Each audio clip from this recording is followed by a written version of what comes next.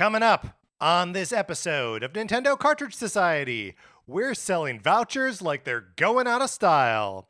You are a hero for saving my child. Come, so the Nintendo Cartridge Society saves my child with you.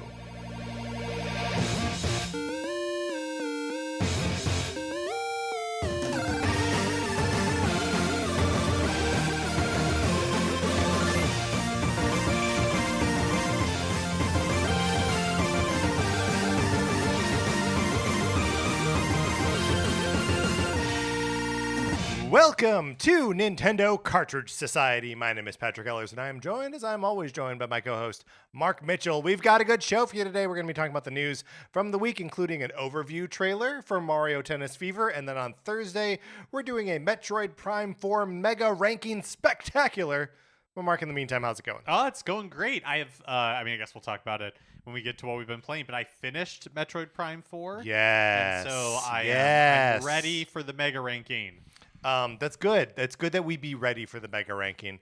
That'll sort of be our like catch-all. We're talking about Metroid Prime 4, like in its totality. Yes. Episode. But you know, we love injecting a little extra structure onto something, and so we're going to be ranking all kinds of things within Metroid Prime 4. But that's not today. No, that's something to look forward to on Thursday. Right. We do have should we tease the little ranking that we're going to start in this episode? Oh, yeah, sure. So later on in this episode, it always bothered me that while we were podcasting for the beginning of the Switch's life cycle, that we never developed a full ranking of all the first-party Switch games. And I am not letting that opportunity pass us by again. So here in this episode, when we get down by the news, we'll start it. We're going to be ranking all of the first-party Nintendo Switch 2 games, and this will be a running list that we will keep through the life of the podcast, through the life of the Switch 2, through our lives. Sure, if any one of those things should end, then the ranking will also end. But until that time, the ranking continues. If people would like to support us in this, our seeming obsession with rankings or anything else, they can head on over to patreon.com/Nintendo Cartridge Society, where if they are supporting us at the 8 or 16-bit levels, you get access to a once-a-month episode of a miniseries like NCS at the Movies. Yes, and all of the miniseries we've done, in fact, have rankings as part of them. So the obsession continues. They have ratings for sure. Yes. I guess then we use the ratings to rank the movies or detective shows or games against each other. That is true. But yeah, you can listen to NCS at the Movies, where Patrick and I, and most of the time a special guest, are going to the movies, seeing a movie together, and then talking about it. We don't know what we're doing for January yet. We have an idea. Yes. Yeah, that's right. Right. We think we're going to see one of the Lord of the Rings movies. Yes, because they are returning to theaters. Like a king. And that's the plan. This weekend. Right. But we haven't formalized it. We have not formalized it. Yeah. But, I mean, you were about to say, I think, that we have been seeing movies. We have. We've seen 2 movies. Yeah. in January together, and we're not talking about it for the podcast. But we'll say Primate, because I think weren't we joking around about Primate the other day? Oh, yeah, we did see Primate. Yeah, we did see Primate. We saw Primate and No Other Choice. One of those was great, and the other one was, Primate. But yeah, I gotta say, sorry, just one thing on Primate. A movie that I think like mostly like the story and characters are like pretty awful. But I have been thinking about it since we saw it. Like, it's lingered in my brain in a way that I did not expect it to. Well, here's the thing about Primate. Yes. Is that it does all of the slasher movie tropes, but it does it with no sense of, like, fun or irony. Where it's like, we know we're doing all of the slasher movie tropes. Sure. But we're doing it with a monkey. And when like, the trailer, you're like, oh, this is going to kind of be tongue-in-cheek. Right. And the movie is not and we see tongue-in-cheek a lot of tongues tumbling out of cheeks. You're right. Because the monkey loves face trauma. He inflicts it on everyone. Tongue-in-cheek. Yeah. Tongue outside of cheek, more like. I'd be curious what your rating would be, because I didn't hate it. I didn't hate it either. I just didn't think it was very good. I didn't think. Yes, that is where I am as well. I gotta say, the monkey effect, kind of flawless. Apparently, a man in suit.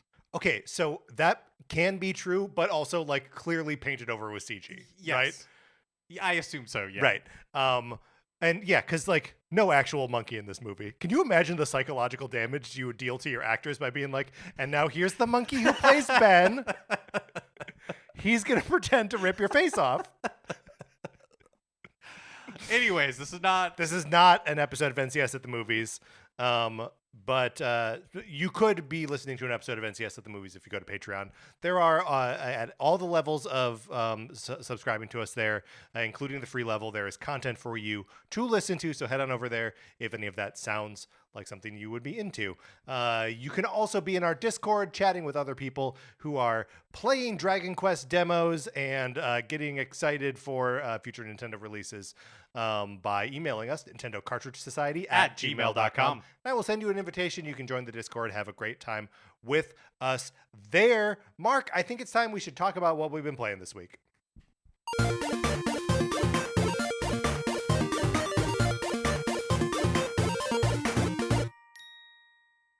We've already touched on it briefly, and we will talk more about it in greater detail on Thursday's episode. But just can I get like a snap reaction to, or maybe just like a setting of like where and when you were finishing Metroid Prime 4? Yeah, I finished it on Saturday. No spoilers here, by the way. Yeah, no spoilers. Finished it on Saturday. You had let me borrow 2 of your Metroid 4 Beyond amiibo. Yes. To help me. So I had the Viola amiibo, and then I had the Samus just the on Samus, sand yeah. amiibo. I don't think that's actually what it's called, but it's a Samus over sand. No, she's kind of on like a rocky, craggy surface. Yeah, that's right. The bike is on sand because, you know, that's most of where you ride the bike is on sand. And so I didn't really end up. There wasn't a ton of utility to the Viola one. Sure. I didn't use it at all. And I'd sort of forgotten that I had the amiibo until I was in the final boss fight and like died a couple times and then was like, oh, wait a minute. Yeah, it like recharges your boost on the bike. And then also, depending on the amount of like kilometers you've ridden the bike, you can unlock up to 8 different skins for it. And the skins are pretty fun. I liked switching them around and like riding around. Cool. And then the Samus amiibo, that unlocks the radio when you are riding. And then... Well, so that's like the most useful amiibo in the world, then. I think so, because the other thing it unlocks is once a day you can use it, and it will completely recharge your life, plus give you an extra... an extra 100 like energy. Yeah. So like in the middle of the boss fight, you can go, not today, Which Satan. is exactly how I used it. Even though, look, I played this game on casual. I started on normal, and then I was like, no, I don't want to keep dying. I don't care about the combat in this game enough. And casual was perfect for me because I could just be sloppy. And that is what I love. I don't love mastering combat systems. That is not a mechanic in any game that I really enjoy. I love when I can just be sloppy. Yeah. And just like get through it. And so I'm happy to say that's exactly my experience. Famously just waggled your way through Skyward Sword. Yeah. I still don't believe it. On Metroid Prime 4 Beyond, I was just able to be sloppy. I didn't have to be precise. And it was perfect. It's exactly what I wanted out of that game. Yeah, perfect. So did you use the... I did. Okay. I did use it, yeah. And found it helpful. That was your winning run. Exactly. I used it at in the final boss battle to recharge my health and was able to take it out that way. Yeah, I'm really excited to talk about this game in more detail on Thursday because for all of its flaws, which we've talked about in previous, like what we've been playing segments, I genuinely had a good time, thought it was doing interesting things that we haven't seen in a Metroid game before and doing interesting things with like the story. I don't know that it was particularly well told, but the story is interesting. Like the thematic material that it's playing with is more interesting than I've not like taken in like spoiler cast content on Metroid Prime 4, but it does feel like if people are like Well, I just don't know. Like, I think that there is like a thematically rich component to the story, and particularly in the ending, um, that I don't feel like people are talking about. So, but we will on Thursday. Yes, excited for that. Otherwise, of course, we both also played the Tetris 99 Tetris Maximus Cup this weekend, the resort hotel theme for Animal Crossing. How did you find that Ooh, experience? sometimes they the like themes are stress inducing because the music they pick is like high Of intensity course. and it just ratchets up the anxiety like the higher in the rankings you go, like the further along in the match you go. But this was the most chill, relaxed Yes. version of Tetris 99 Maximus Cup where, even when it's like frantic, the music is so chill. relaxed. I love it. It's when you get into the top 10, that's when like the bass kicks in and it's like. And that's like as intense as it gets.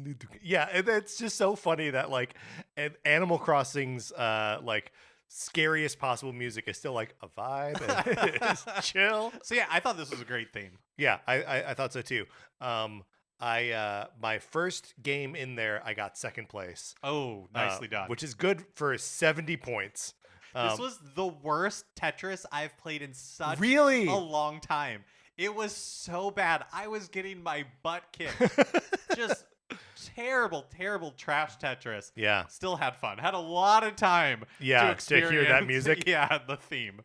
So then I cleared it by my second game, and then I played a third game just for fun. Got first place. Oh, So, well done. Well done. I was feeling quite good about that. And then, as is almost always the case, then I spend like the rest of the weekend just like dipping in and out of Tetris 99 because what a game! It's perfect. Yep. Other games I've been playing this week, Marvel Cosmic Invasion. I've been playing a little bit more of that. More challenging than I thought it was going to be. Oh, interesting. That like I'd gotten to this level where you are supposed to play as She-Hulk and Spider-Man, and it's like on a Venom, like it's in space, but there's Venom is the final boss.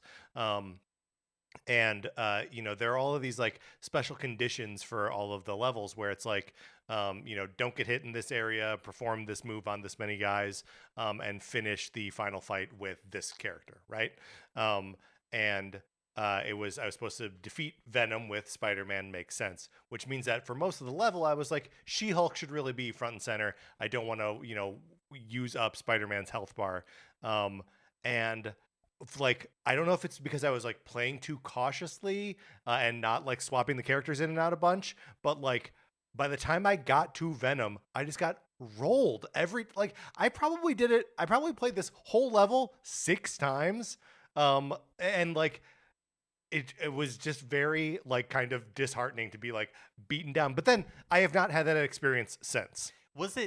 So is it like part of the normal campaign you have to meet those specific win conditions, or that's just to like get the little when you're playing a Kirby game and there's like you get a little star, so like for completion's sake you have to do that, you not to get through the actual levels.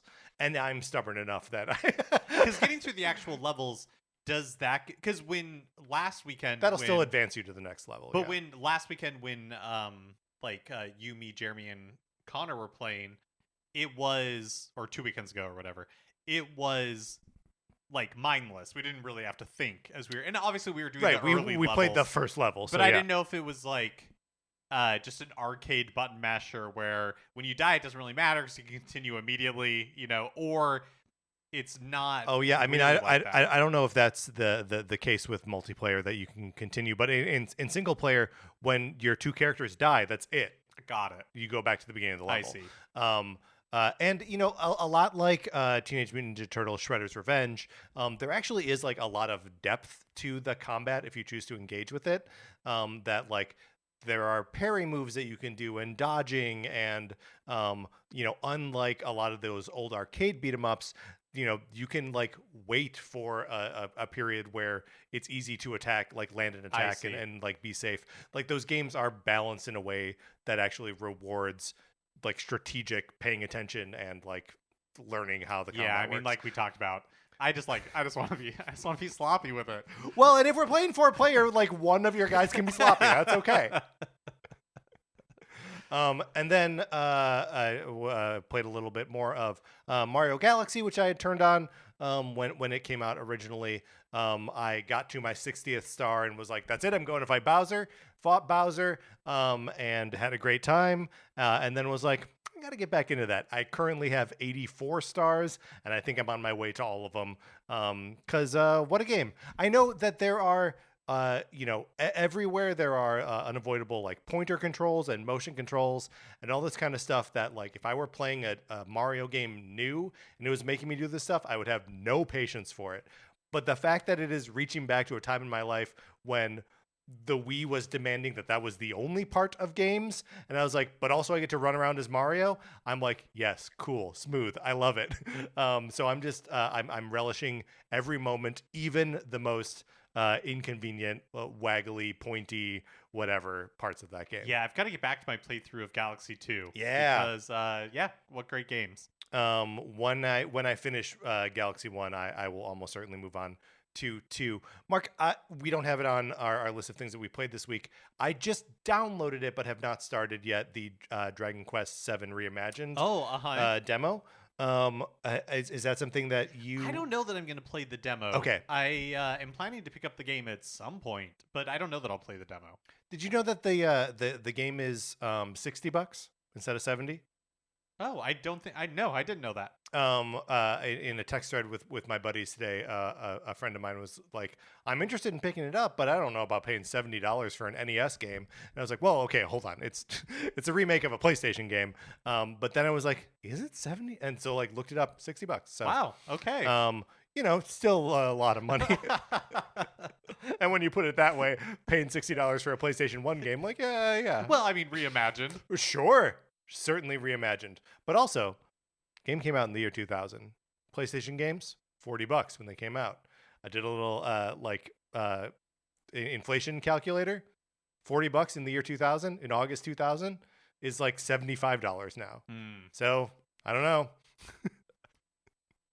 Anyway, neither of us have actually played this game. So, all right, Mark, that's what we've been playing this week. Let's get into the new releases and what we might be playing next week.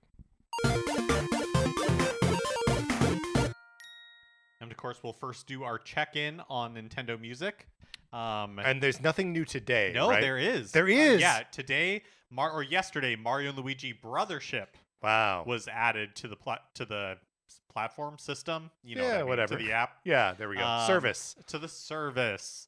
But last week, when we recorded our news episode, they hadn't added anything. And then later in the week, we kind of got a double whammy on Nintendo Music. They added Fire Emblem, Path of Radiance. But then to Nintendo Classics for the GameCube, Fire Emblem, Path of Radiance, the game. You can play it if you have a Switch 2 and are subscribed to Nintendo Switch Online Plus Expansion Pack. And this is also a game that I turned on and played the first couple missions of. Super impressive presentation of like the story. Sometimes I forget just what the GameCube was capable of graphically speaking. It just seems really cool and really fun. I would like to play this game, but I'm also about to embark on a Fire Emblem Awakening playthrough for the video games. Or I guess it's the Super NPC Radio Games Club that I'm going to be participating in, where we're playing Fire Emblem Awakening, and I don't know that I have it in me to play 2 Fire Emblem games at once. That seems crazy, right? Right.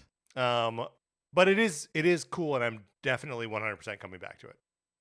And then I think the other new release of note is happening on Thursday, which of course Animal Crossing New Horizons gets its 3.0 update, a free content update for all owners of the game, plus it releasing a Nintendo Switch 2 edition for $5 that like boosts the resolution. The upgrade is $5. Yes, the upgrade is $5. Yeah. Which is the megaphone. Yep. It's I've already bought the upgrade. It's $5. I figured, like if I turn it on once, it like justifies it. Right. Though I don't have specific plans to go back in, I'm going to sort of gently guide Sarah back to it, because there's a lot of that like decorating stuff that she really liked from Happy Home Paradise. So I will have her impressions to share as we go forward. I assume that you're just Yeah, yes. I don't have any plans to check it out. Like I said, my island's a disaster. right. And yeah, I just don't think I'll have the time. Before we get into Yes. whatever the next segment is going to be, is this where we want to Like it's a mystery. Well, only because do we want to I see what do you're saying. the game ranking here, Right. or do we want to do it after 433? And Hmm. we'll leave all of this in. Well, this all stays in. Let's do it. Let's do 430. Well, 433 is mysterious to me, so I want to get to it now. Okay, let's do 433 then. All right, then. That was the new releases. Let's close the segment out. Which brings us to a regular segment on our show. It's time for 433. In 1952, American composer John Cage wrote a piece called 433, wherein a performer or group of performers didn't play their instruments for 4 minutes and 33 seconds. For the purposes of this show, our instruments are talking about Nintendo. So, for the duration of one performance, 433, Mark and I will talk about something not at all Nintendo related, thus fulfilling the contract of the piece. Mark has put in our show notes here something ominously titled Mark Has a Prepared List. Yeah, it's not ominous though. It's just something that I was. It's not ominous. I just- Mark has prepared a list, everyone. We have a list ahead of us, and I don't know what's on the list. I've just been thinking about we saw Primate Yes. on Friday night with friend of the show Ryan Mogi, and Sarah was there, and your husband was there? Yes. Yeah, that's right. My husband was there. All friends of the show. And it was at the AMC Burbank 6, which I had never been to before. And I went to the bathroom, and it had the sink, like the faucet, was one where you have to like push the thing down. Yes. And but this one was not one where you push it down and the water runs for a short amount of time. It's you push it down and you have to hold it the entire time. Right, yeah. And this got me thinking about Bad design. all the different types of sinks in public restrooms that you encounter. Sure. And so I've created an accounting of one. And I don't think that it's comprehensive, but I would like it to be comprehensive. Sure, right. Kind of like your spreadsheet of like all Nintendo first party releases on the Switch and Switch 2. I would be happy if this list could continue to grow as we encounter new ones. Sure. But I just want love to this. present the list as I have it written. Okay, currently. great. So Are we like ranking, or is Nope, this I'm okay? just- We're just building the list. we're just building the list. This is resource creation. Exactly. Yes. Okay. The ones where you have to turn the knobs yourself, cold Right. water only. The ones where you have to turn the knobs yourself, hot and cold options, but turning on the hot water even a little makes the water scalding. Okay, and sorry, are we assuming that is then two separate knobs? Yes. Okay, great. Yeah. The ones, and it might also be like one where it's directional. You know what I mean? Yeah, sure. But you still have to manually do it yourself. Right. The ones where you have to turn the knobs yourself, but the water pressure is too high. The ones where you have to turn the knobs yourself, hot and cold options are presented, but only cold works. Right. Yes. The ones where you have to turn the knobs yourself, normal water pressure and only cold water, which is fine, but the soap is like a store-bought dial pump dispenser that's been refilled with mostly water. Okay, now hold on. So we're looping in soap dispensers as well? It's Because if so, any one of these could have one of those like upside down teardrop shaped like pink things. oh yeah, which is always fascinating to and me. could be filled with like the chalky stuff. Which I don't get. Yeah. Every now and then you will also see that like either next to or in place of the soap dispenser, there's hand sanitizer dispenser. Okay, we will get there. The ones where you push a knob or button to make the water flow, and you have to hold it down the whole time. like Right, the one as at the AMC, AMC 6, The ones where you push knob or button to make the water flow, and it runs automatically for a limited amount of time before turning off. Right. Automatic. Probably the ideal, I would say, for like a public restroom situation. I mean, I think automatic is You think probably, automatic like, the is- ideal for me personally. I always feel like I'm waving around down there. You're Okay, right, all because automatic, where you can't get it to start, so you have to go to a different sink. Uh-huh. Automatic, where you can get it to start, but only one time and then never again. Right. Automatic with the soap dispenser that's built into the sink, like the manual pump, but the dispenser is empty, and you're actually supposed to use the manual soap dispenser that's stuck to the wall over there on the far side of the counter, three Right. sinks over. Right. That one could or could not be empty. Also, sometimes it's hand sanitizer and not soap at all, or weirdest of all, when it's hand lotion. It's definitely the weirdest and not useful at all when it's hand lotion. Sometimes there will also be just like a separate like plastic dial soap dispenser just like Yes. sitting on the counter. Automatic with the soap dispenser that's built into the sink, but it's like an automatic one. But otherwise it's the same. It's empty. Okay. Yes. Automatic with soap dispenser that's built into the sink, but the soap dispenser won't register your presence, even though the water faucet does. Mm-hmm. Automatic with the soap dispenser that's built into the sink, but there's a delay with the motion sensor triggering of the soap dispensing. So you think it didn't work, so you move your hand away, but then it starts gushing soap, so you put your hand back. But by that time, it's finished, so you only get a little soap, not nearly enough. Well, and then you have to decide if it's worth it to you to like try to scoop up the soap from the sink, Right, which you is know is probably, filthy. but it's soap, so it's probably okay. Do you think the soap is like negating the crustiness of the sink as you're think scooping so, it up? because I think whatever crustiness of the sink is on the soap would like fall off the soap, which is I think how soap works. Also, not that I ever do that. I just think that it would be Right. acceptable. Right. I think I would do it. I would scoop it up. I think this is the holy grail. Yeah. Automatic with the soap dispenser that's built into the sink that's also automatic that dispenses both water and soap as expected. That to me is like That's dream. the ideal. Yeah, I mean, like an automatic one that works. Yeah, exactly.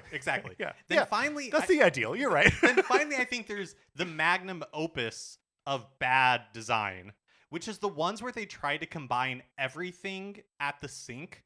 So there's like a metal like ring or like halo that extends over the sink, and in it is both an automatic soap dispenser, an automatic faucet, and an automatic hand dryer that are all under a metal ring over I don't the even sink. know that I've ever encountered all They're of them together. awful. Like, I understand why people who are building public bathrooms are fooled that it would be a great Right. design, but it's not, because because it's over the sink, they're all so close together. Right. And so you're like trying to dry your hands, but then you accidentally Trigger the other stuff. the water, and so now you're just spraying water all over your hands that you're trying to dry off. It's not good. Our performance of 433 has ended already, but I just I got to ask what is your stance on the like hand blower dryer things? I've come to accept that they're just like a reality, and that we My preference would be paper towel. my preference would be paper towel as well. I understand why we are not doing paper towels, Sure. but I wish that we did paper towel more often. I wish that we yes. I also hold my breath when I'm doing that. That's fascinating. We were accompanied today by banjo player Voldianenko. Mark, let's get into before we get into the news, let's rank the Switch 2 games.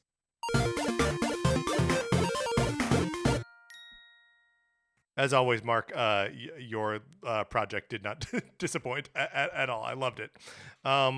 Where is this doc?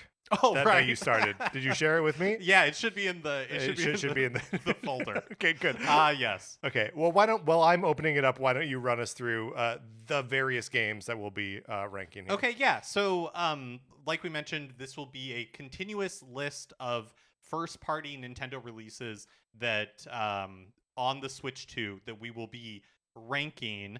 Some of them we haven't played. Some of them only one of us has played, but we're going to be ranking everything. Mm-hmm. And if we haven't played it, we're just going by vibes. And then if in the future we do play it or one of us plays it, then we'll revisit the ranking and figure out where it appropriately goes. Also, when a game comes out, we will give it like a week or two, and then we will enter it into the ranking ourselves. And various other life events may cause us to reevaluate the ranking of Exactly. something. It's just like open enrollment for insurance. There are certain life events are that life allow us to events. reopen the ranking. If Mark gets a new job, then Exactly. we can. Exactly. Right.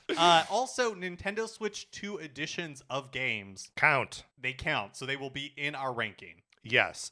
And let's talk about this now. How do you think we are going to be ranking those? Do you think we're going to be ranking them as like fresh experiences, or with the knowledge that they are in fact improved versions of the others? Not merely rating them by their improvement to the original version, but like, Breath of the Wild and Tears of the Kingdom are on here. It's hard to think that they wouldn't be 1 and 2. Yeah, I think I will be personally like weighting them lower. I think so too. Where it's like, yes, I acknowledge that all the good of Breath of the Wild comes with, one of my favorite, if not my favorite, video game playing experience of all time. But yes, I think the Switch 2 editions are all going to be weighted differently, where I think I'll be taking the like if it's a new game for Switch 2, Right. it's going to rank higher. So I'm just looking at the list here, and first of all, we have Animal Crossing New Horizons on here. I don't think we should rank that yet. Yes, I agree. Necessarily. So I'm just going to pop it off there. And then also Mario Galaxy 1 and 2 we've got on here. Those are technically Switch 1 games that run better on Switch 2. Yeah, I think this was just me not culling the list very well. I think we should remove it because I think only Switch 2 games should count, because otherwise game it's anything. Right. The released on Switch would be on the list. So it is a total of 12 games that we will be ranking. And just a quick back and forth here. Mario Kart World. Nintendo Switch 2 Welcome Tour. Breath of the Wild. Tears of the Kingdom. Donkey Kong Bonanza. Super Mario Party Jamboree plus Jamboree TV. Dragon Drive. Kirby and the Forgotten Land and Starcross World. Pokemon Legends ZA. Hyrule Warriors Age of Imprisonment. Kirby Air Riders. And Metroid Prime 4 Beyond. Okay. So do you want to start at the bottom or do you want to start at the top? Let's start. Well, I think we should just kind of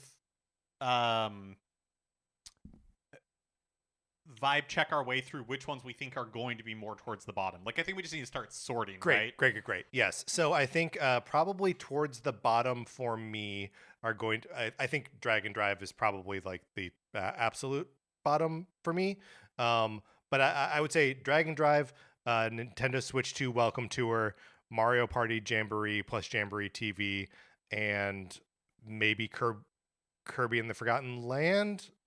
Yeah, I think those are those like the bottom four. I think those four are good, like a good starting point. Yes, I think that's probably right. I would say for me, I think I would put Donkey Kong Bonanza at the top.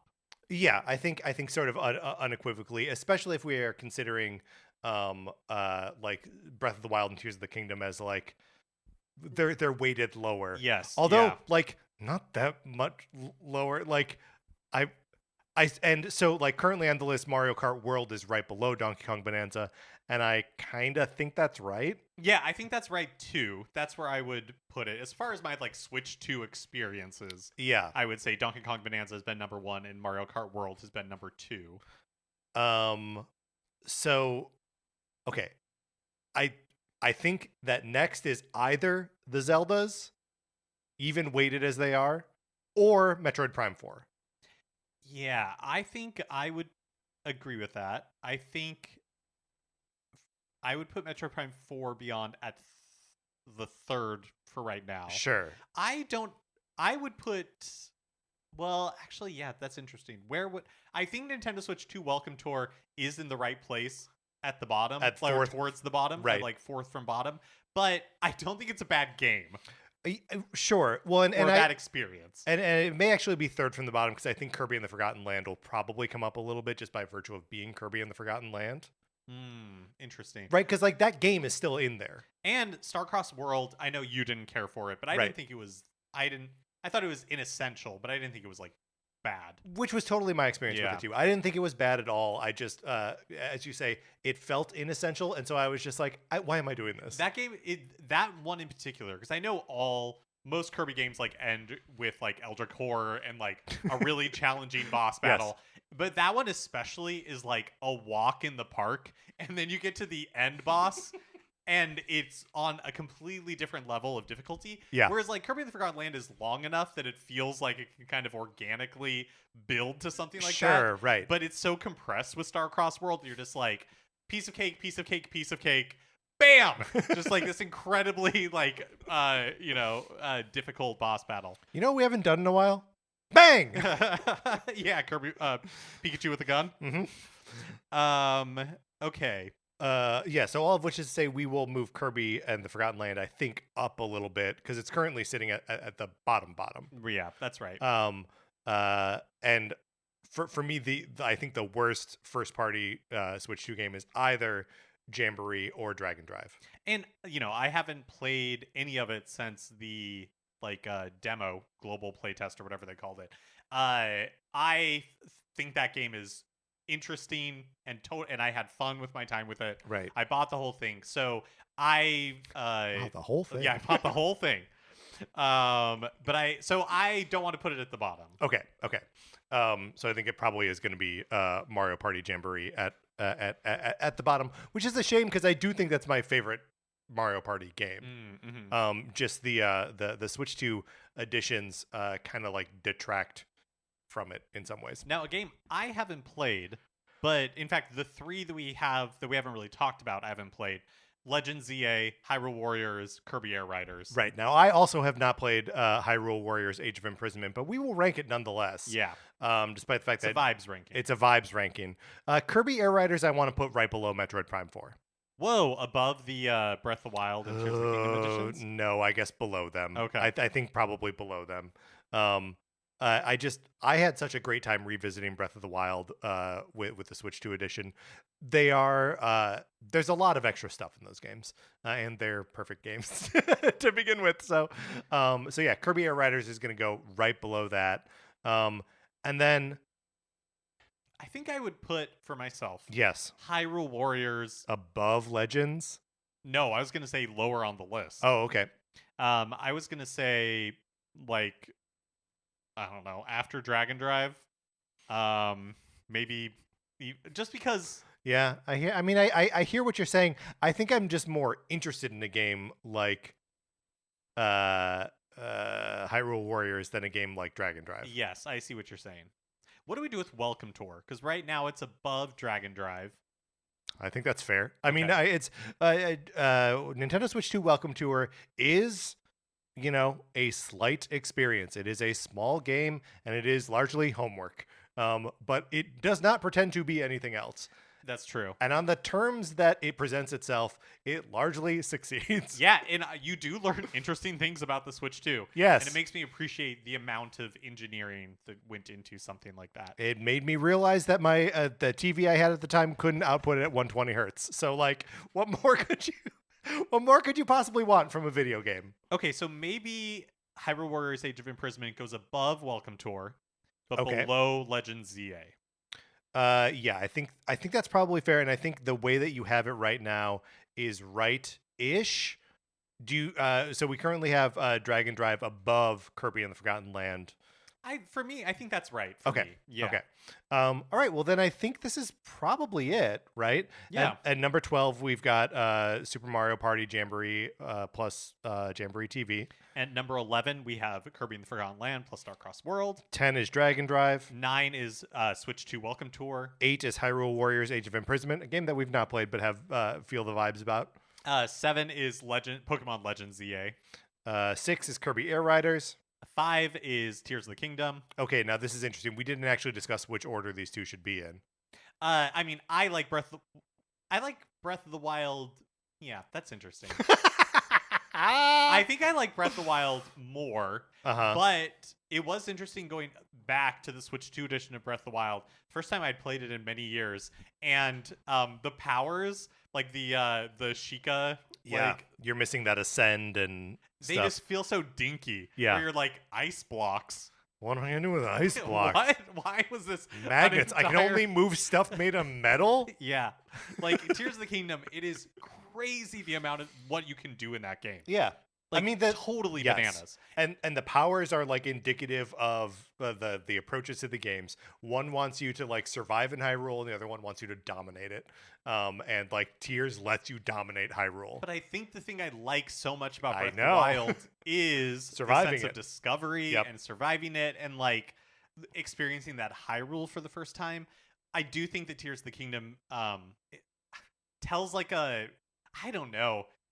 It tells a what better they- story for its core characters, but I feel like the extended cast is less interesting than in Breath of the Wild. Yeah, and there is just a certain amount of like been there to the Hyrule, and Sure. the Sky Islands don't really add that much, and the depths I didn't think were particularly interesting. I think for me, Breath of the Wild is my favorite game of the two, but what they are good at, they're both good at such different things. Here's the problem is that within our Switch 2 game rankings, we've like cracked one of the unanswerable questions about video games in the 21st century, which is better, Tears of the Kingdom or Breath of the Wild. And that's like an unsolvable question. Yeah. They're both excellent video games, best in class, would be at the top of our Switch 1 rankings in a heartbeat.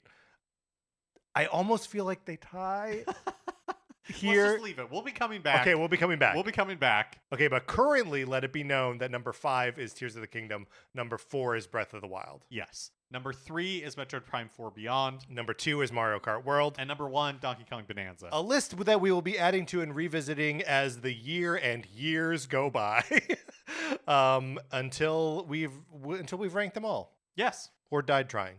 All right, Mark. Now we can get into the news.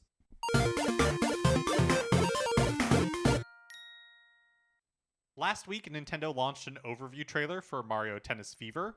Which, gotta say, I was not expecting this. Yeah, me either. And truly not too much new information in this overview trailer. Like some of the first bullet points that they were hitting is like 38 playable characters, the most in series history. It's like, oh yeah, you said this already. Yeah, just like kind of like reiterating a lot of what we already knew about the game. Right. But I feel, a good reminder, we had just talked about this game and I had mentioned that I didn't think I was going to be picking it up. I do have to say that the trailer, I don't have it pre-ordered or anything, but the trailer, seems fun. It looks good. The trailer looks yes. good. 38 playable characters, most in series history, like you just said.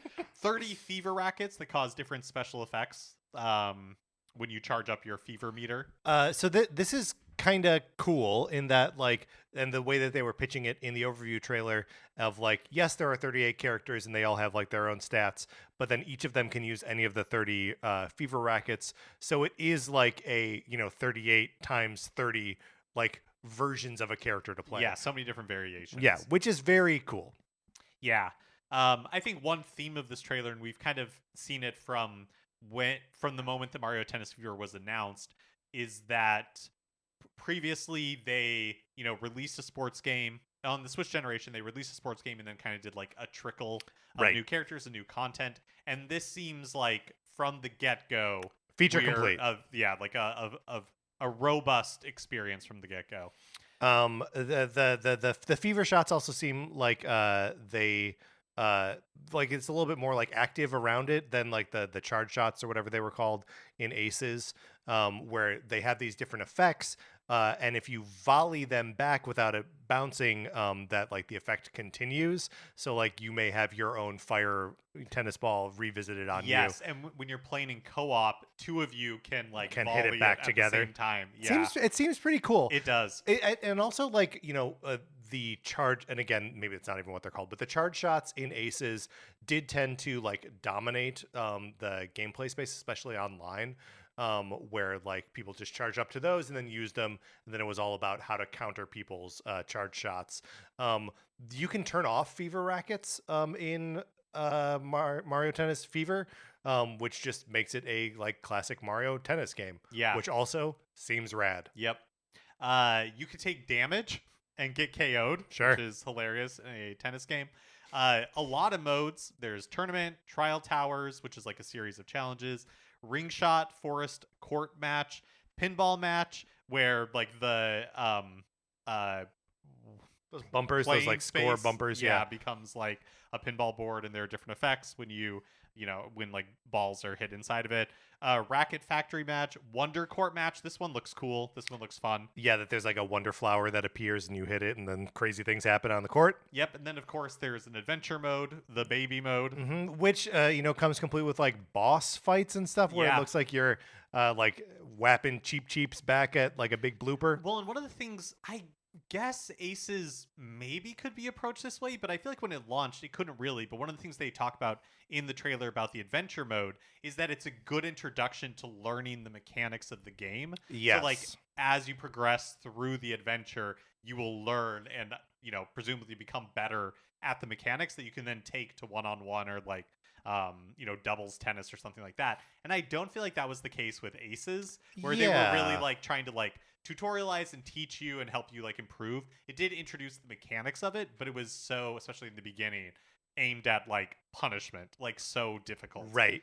Well, and I think that's really the thing, is that like if the difficulty curve is balanced in Fever, like it was not in Aces, especially when it first launched, that this will be a great fun adventure mode. I'm really looking forward to send in little baby characters through that adventure. It also includes game share, which you can do with Switch One. Which is very cool, especially like for a tennis game that only one of you will need it to play multiplayer. Yeah. And then also amiibo functionality. Not that crazy, I would say, but supports. No, pretty minimal in what it actually does. But like a lot of amiibo will be functional with it. Yeah. So what it does is it changes the like color or pattern of the ball to match the character of the amiibo that you scanned in. But it's functional with amiibo of the characters shown here, which is basically all of like the Mario character, the Mario series amiibo, yes. Except of course for Diddy Kong. Diddy Kong not present. Yeah, in Diddy this. Kong not present. It's also a funny graphic because the Bowser Jr. Smash Brothers amiibo is part of the graphic because they never made a Bowser Jr. Mario series amiibo. Yep. So yeah, they show Bowser Jr., Bowser, Mario, Luigi, Peach, Rosalina, Yoshi, Waluigi, Wario, Toad, Daisy, and Donkey Kong. And so presumably any, like the Smash Brothers, Mario, the Odyssey, right? Princess Peach, all of those should work in this game. And you've got a handful of these amiibo, right? You've got the Wario and Wario Waluigi one and the Waluigi one, yeah. Mm-hmm. And I wonder if I still had that Super Mario cereal one from around the time Odyssey was released, if that would work as well. I wonder what that counts as. I wonder if it counts as a Mario one? If it knows it's a Mario, or does it think it's like a Toad or something? Does it know it's a box of cereal? I mean, it does know it's a box of cereal, but sometimes it can also be other things. Yeah. I wonder if I could use Yarn Yoshis. Oh, yeah, that's a good question. They probably count as a Yoshi. Yeah. I would hope so. Yeah. Yeah. Anything else you want to talk about in the overview trailer about the game in general? No, it looks good. February 12th. Yeah, just a month away, basically, at this point. As part of the Mario Tennis trailer drop, or at least on the same day, Nintendo revealed the first set of alternate color Joy-Con 2. Yes. Light purple Sort of. and light green. Yeah. And of course, it, in the Switch 2 style is majority black, but it's just like the highlight colors. Yes. So it's like the colors under the thumbstick and then like the part that actually connects to the Switch 2 itself. The thing that I feel very strange about is the cavity that the Joy-Con 2 snap into will still be red and blue. Yes. And I was wondering if maybe they expect you to paint it? Or maybe like inside the box with those Joy-Con or with the new Joy-Con 2 are like stickers that you could use to. But no, I think you're right. I think they will forever just be. Yeah. It's just like the design decision yes. that Nintendo made in, with the Nintendo Switch 2 is these are just always going to be that reddish orange and yes. blue color. Right. And then when we release these other Joy-Con, that's just the deal. And like, it seems like they're all like similar temperature colors, right? Like they all have that like they describe these colors as light, but like there's a it's not quite pastel. Like what is the? It's like mint almost. Yeah, like there we go. There's a mintiness to all these colors. That like so those are still like sort of in line, and like the light green is bluer and light purple is redder, so they're like sort of complementary colors to the cavities that they're snapping into. But it means that like that's something that they're married to forever. Yeah, right. Is like trying to if they're going to make a new Joy-Con color, they have to make sure it works with the red and the blue. Yeah, it's a I mean, now that we have another pair, it's just an interesting decision. Yeah. So yeah, I don't know. There's something because it's so muted. I don't know. There's something that's just like a little less exciting about totally these versus some of the crazier designs of the original Joy-Con. And they will cost the same as the regular set of Joy-Con 2, which at this point is $100. And they come out the same day as Mario Tennis Fever, which is, as previously stated, February 12th. I'm not gonna. I'm not planning on getting these. Yeah. I bought an extra pair of Joy-Con 2 when the system launched. And I gotta say, like, I have used them. At the same time as the other Joy-Con, so like I've gotten use out of them. But it's not felt super essential to have that many controllers yet.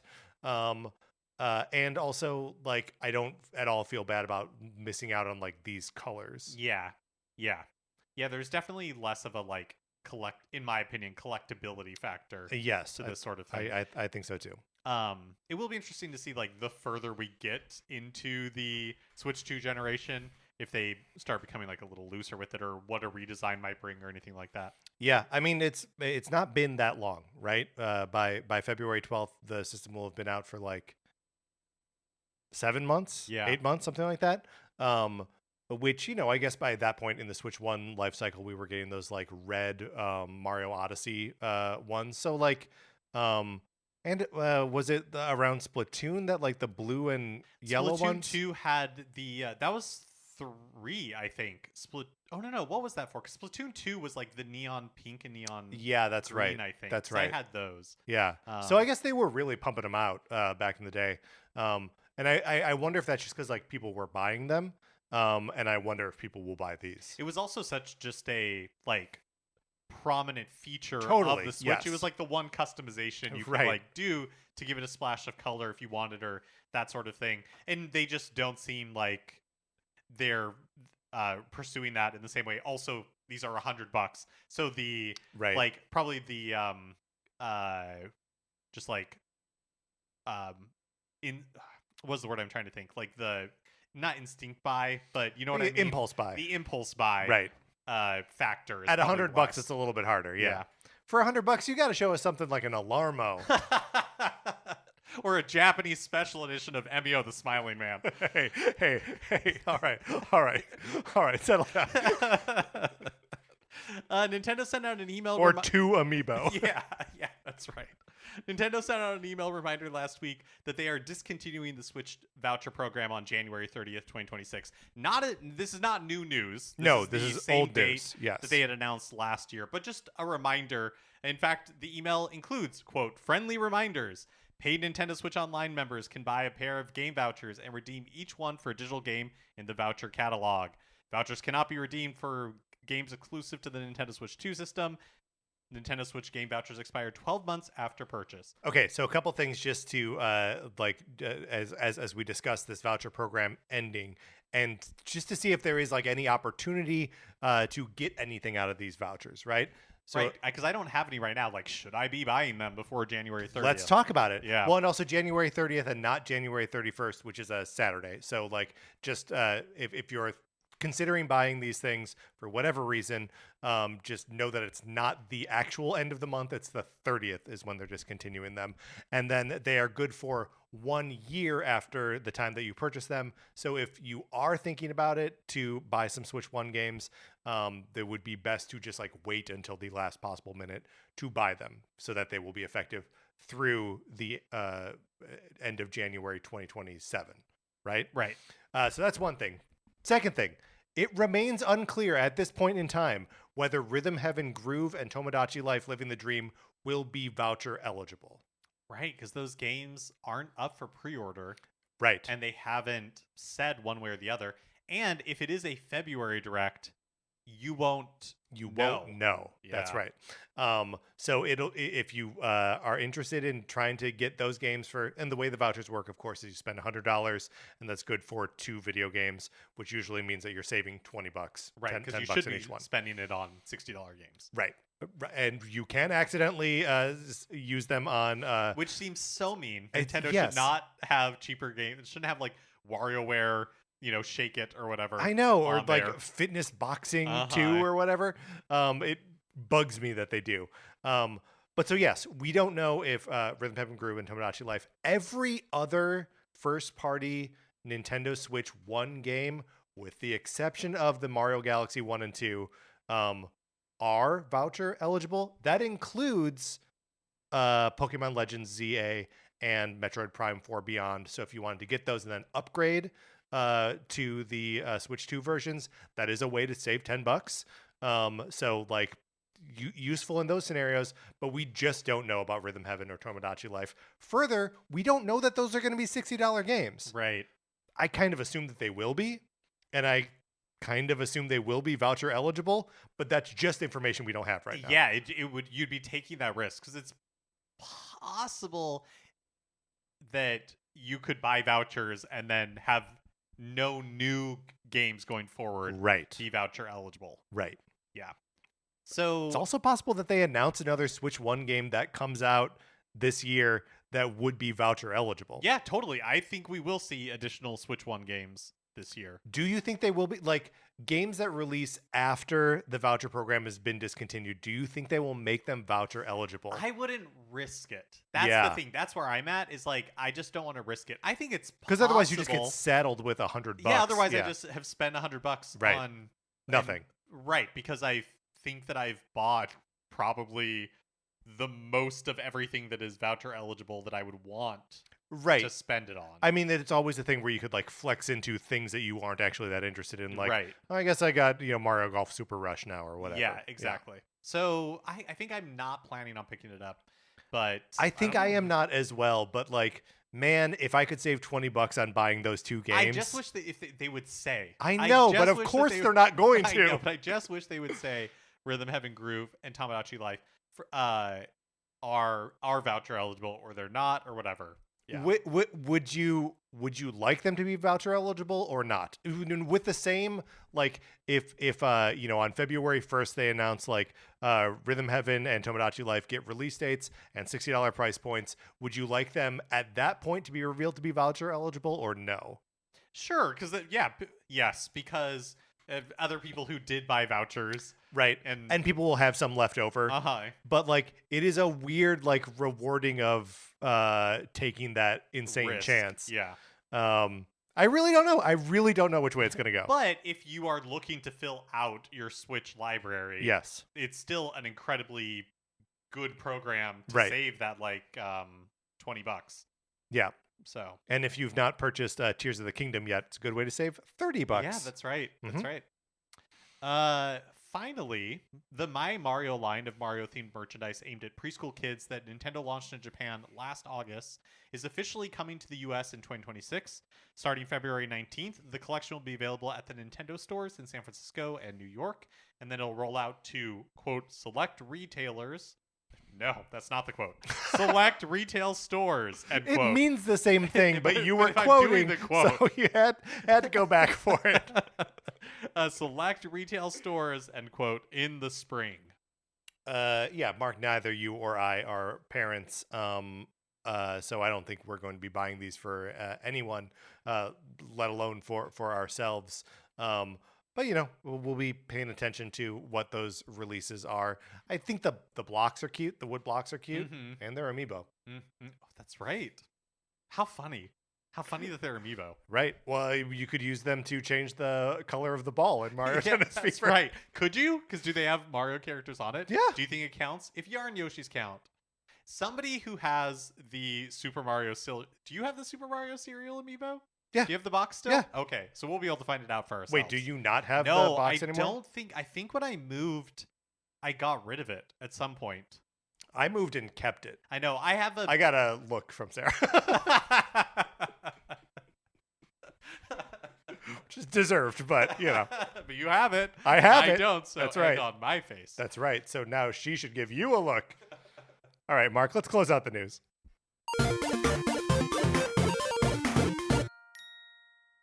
I believe that it identifies itself as a delicious amiibo when you scan it. Is that for The real? cereal or is that box. a joke? No, that's real. Oh, that's that, funny. When you scan it, but that's in Mario Odyssey, which is like what it was released timed to. I mean, I think if it is not a Mario amiibo, I think that's fair. I think it's fair if it doesn't count as a Mario amiibo. I think that's fair as well. But it would be delightful if it did, Right. for purposes of this game. It would also be incredible if it was just its own separate thing, a delicious amiibo, and some game in the future had Also has a specific, delicious amiibo. not even a new amiibo, but just like specific functionality for the delicious amiibo. Just for the freaks that hung on to a cardboard cereal box. Yeah, that's right. That's right. You probably didn't even have to hang on to the whole thing. Could No. have just hung on to like Just whatever. find part out of where the game that would coat, suit you. that thing Yeah. is. Yeah. Somewhere on the bottom, I guess. I know I scanned it. If they made a new Cooking Mama game, Yeah. that should have like functionality. A with new Cookie Delicious Mama Hero. game that like runs on the blockchain for some Or, reason. yeah, well, remember, right? Wasn't that like a thing? Wasn't there a Yes, Cookie yes. Mama game That's on why I Switch said it, that was yes. like mired in some sort of controversy? Yeah, that was Yeah. either remember when we were upset about the blockchain? That's going to do it for this episode of Nintendo Cartridge Society. If you have not joined our Discord already, you should. Email us. We'll send you an invitation, Nintendo Cartridge Society at gmail.com. Anthony DeLuca made our logo. Our theme music is provided by 8-Bit Betty. You can get more of his music by going to 8bitbetty.com or by listening right now. For my co-host, Mark Mitchell, this is Patrick Eller saying thank you for listening.